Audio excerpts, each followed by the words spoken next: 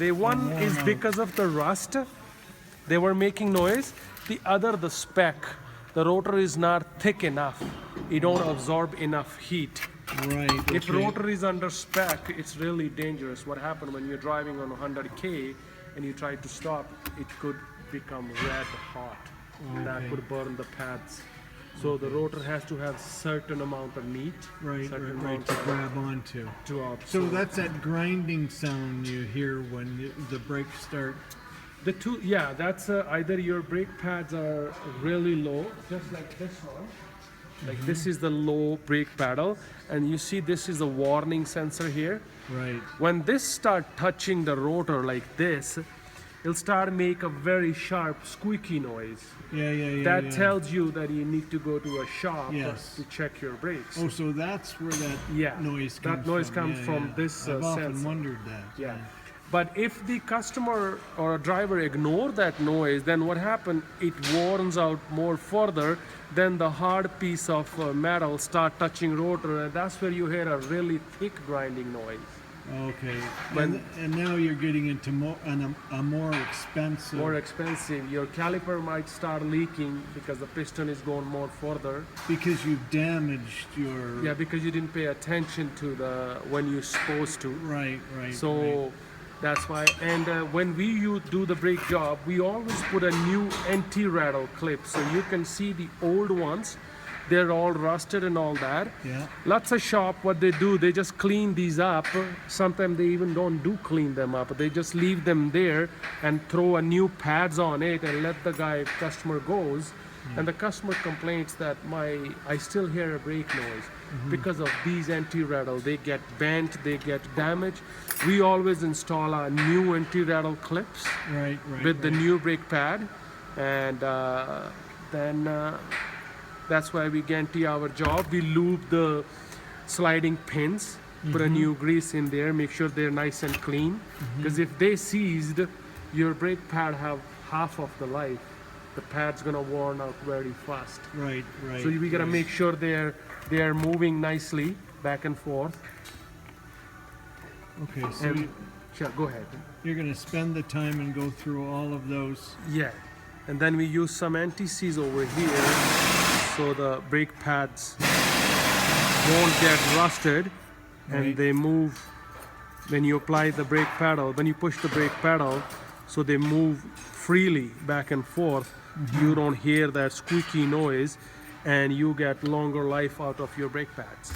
Okay. So I mean, again, this is a quality job here. Okay. This rotor, Okay. yeah, you see the difference between this Oh. rotor. Right. This is all grinded out because of metal to metal. There is nothing left on this Oh, brake pad. yeah. So this is, can you feel there is no smoothness left. Where this pad has very little material left, and that's why it's kind of smooth too. This would never stop. And at one point when it's worn out, it's metal get hot.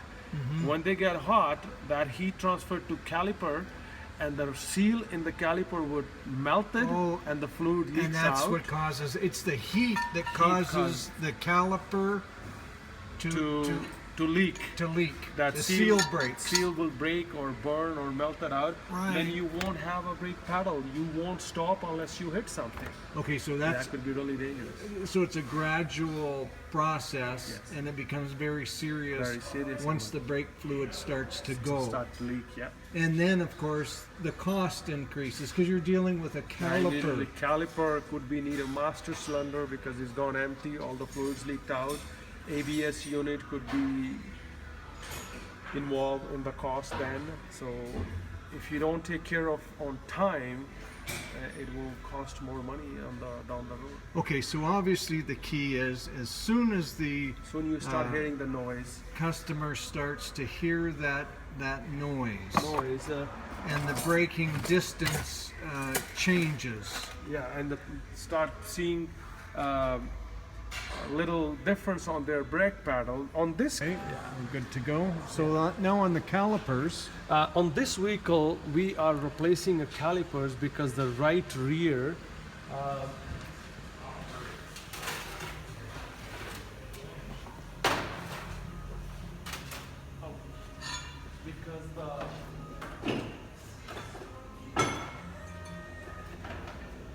because the right rear rotor and pads are gone metal to metal.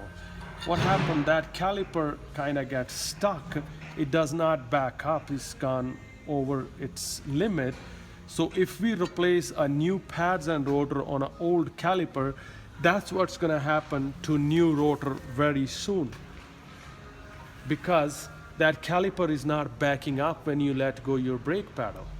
Now we need to replace right caliper for sure because it's defective, but we also going to replace the left rear, because if you don't replace both caliper, one is new, one is the older, they're not working In sync. in sync, now you will have a complaint, your vehicle kind of pulls to one side, especially if they were at the front. But could be at the back, you can hear it, one wheel is locking Yeah, before than the other one because it's not working with. Because the calipers are delivering the brake fluid to the pads and the rotors. Yeah, and the So if pressure it's to the- not, if you don't replace both of them, it's not going to be an even distribution of the fluid. Yes, but especially in the front, if you change only one caliper, you'll notice your vehicle is pulling to one side because the older caliper is Okay. stickier. It does not work as good as the other one, or it doesn't back up as the other one. So it's always good idea to replace both caliper at the same time, so you won't have any pulsation to one side while you're Yeah, braking. because like you say, I mean, you could replace one could if one replace is one, damaged, but yeah. the thing is the customer drives away and he knows it's pulling right When away. you So press he's the going to brakes, come back, he's yeah, going to complain, yeah. and you're going to go through the whole. Yeah. So it's just best practice that if you replace a caliper, you need to replace both because both those pieces need to be in sync. Can see. Okay.